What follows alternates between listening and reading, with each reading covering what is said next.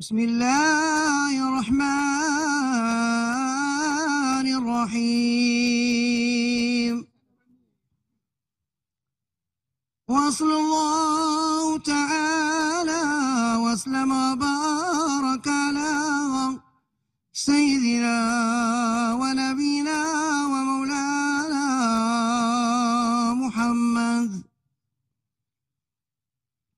محمد أشرف المخلوقين وعلى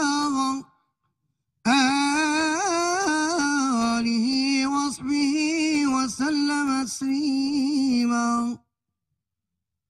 روى إمامنا مالك عن أبي الزناد عن الأرج عن أبي هريرة رضي الله عنه قال